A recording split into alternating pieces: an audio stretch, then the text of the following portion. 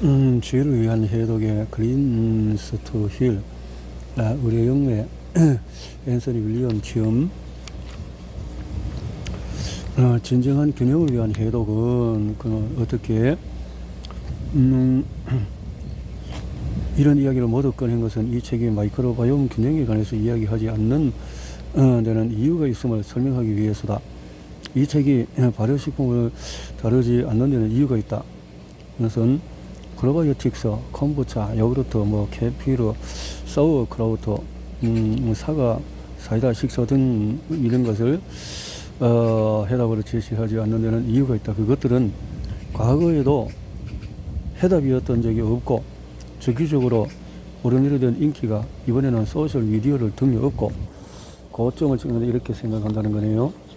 만성지혜 그러니까 성별을 찾아 나가는 과정에서 그것들은 예나 지금이나 우리의 주의를 엉뚱한 데로 돌리는 잡음에 불과하다.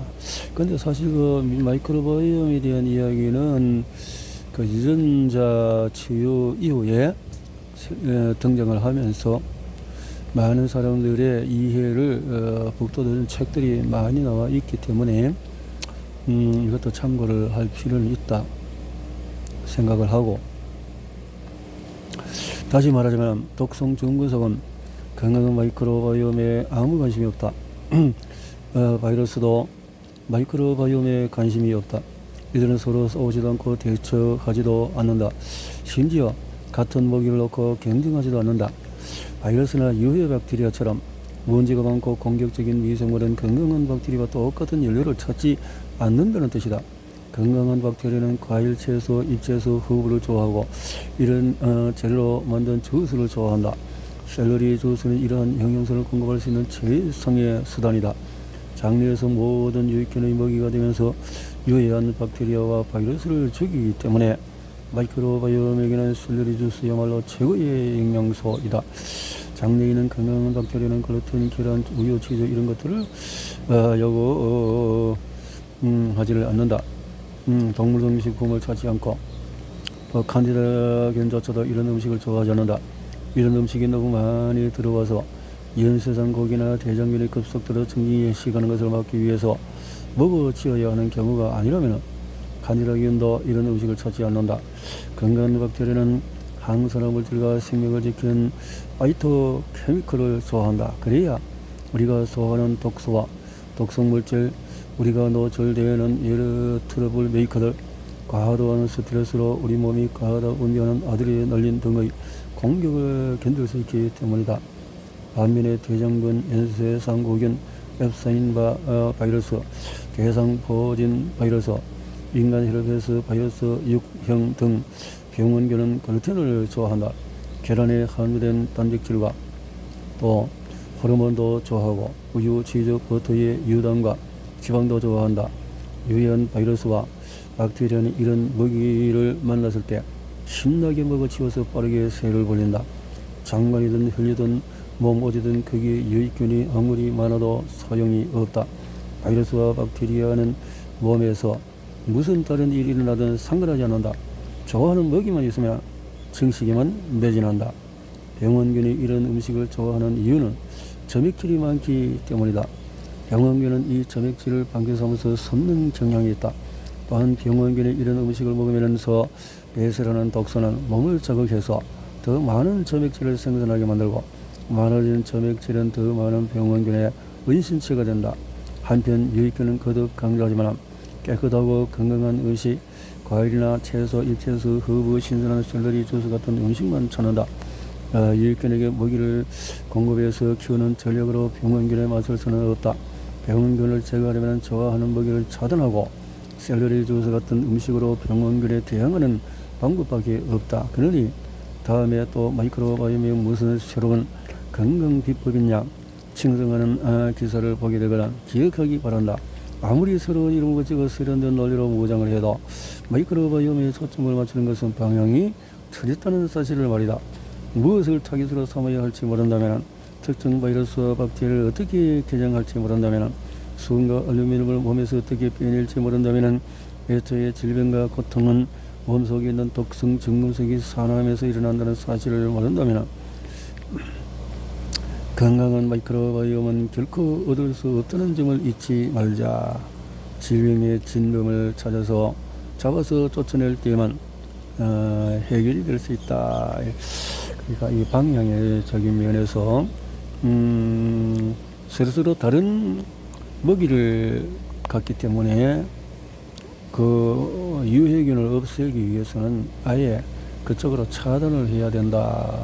이런 의미가 되어지네요. 그러나 우리 인체가 또 단백질이나 또 이런 영양을 통해서 근육이나 이렇게 만드는 것도 사실이니까 참고를 하면서 또 넘어가 봅니다.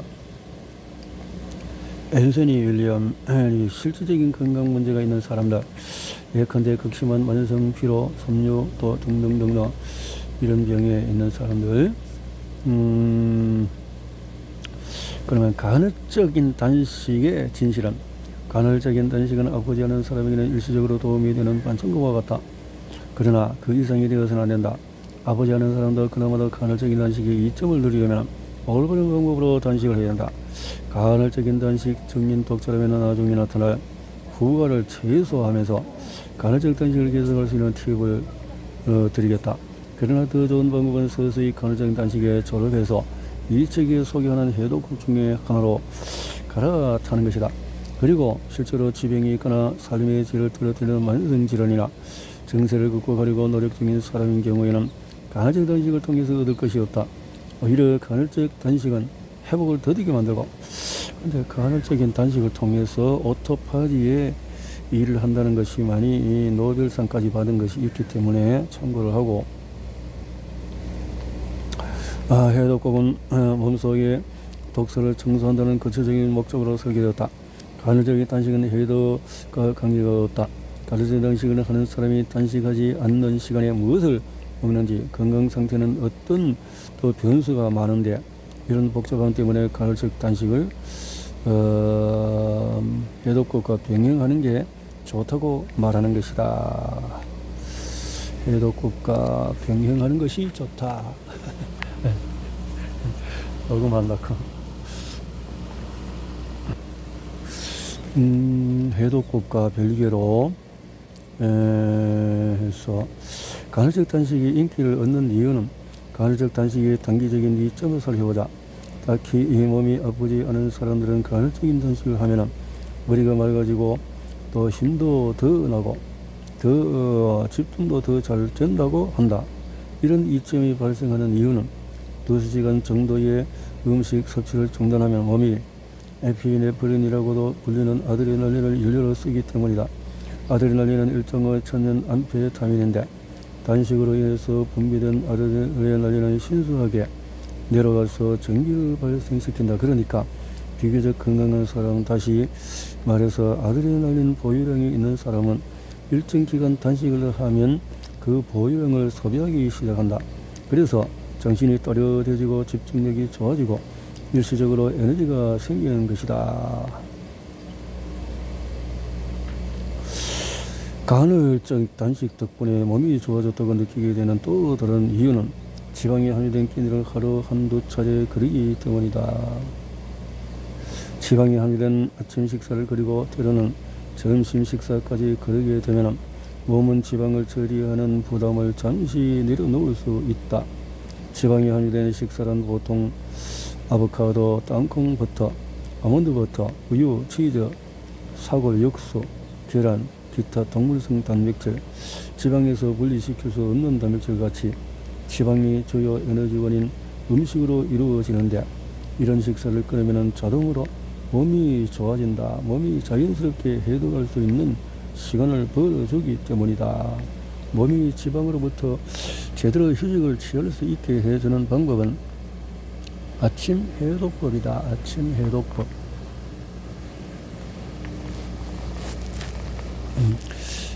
카페인이라는 실수. 카페인. 간헐적 단식으로 범하는 가장 큰 실수 중에 하나는 하루 종일 카페인을 섭취하는 식으로 부신을 서서히 망가뜨리는 것이다. 부신을 카페인. 카페인 중독으로 인해서 부으시는 독한 아드레날린을 몇 시간씩 분비해서 몸 구석구석으로 계속 퍼뜨린다. 음식 대신에 카페인으로 연명하는 것은 건강에 정말 해로운 습관이다. 카페인 결국 노화, 피부 손상, 브레인 포그, 심각한 집중력 저하, 피로, 탈모, 체중 증가 등으로 이어진다.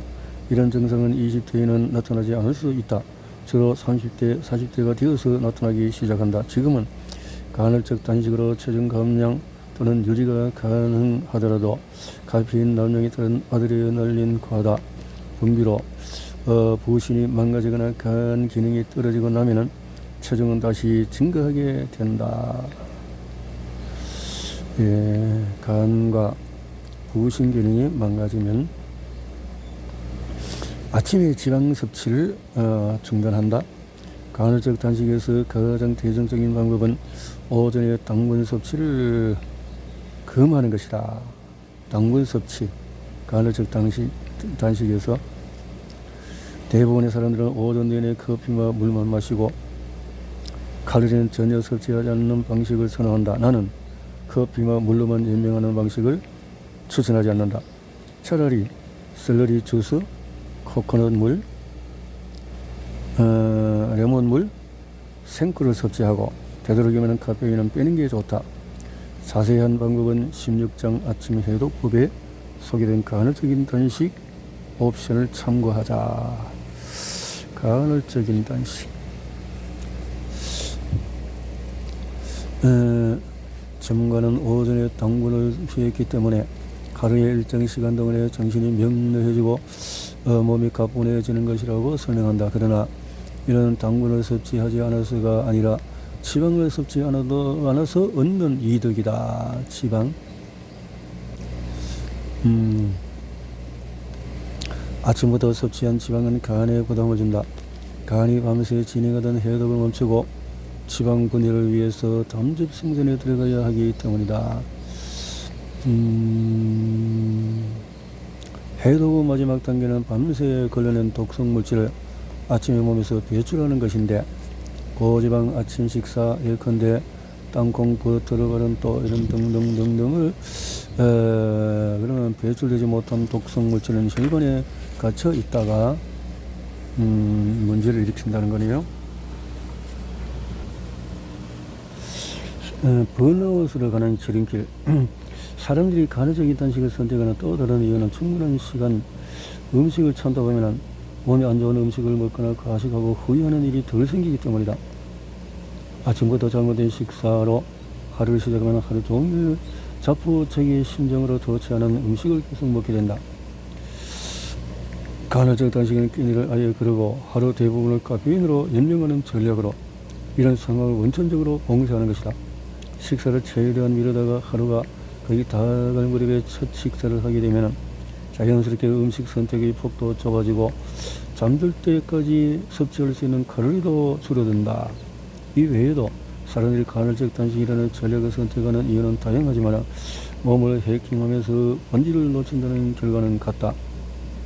본질 문제에서 하루 종일 물과 음료수로만 연명할 거라면 차라리 코코넛 물을 마시는 것이 더 좋은 접근법이다.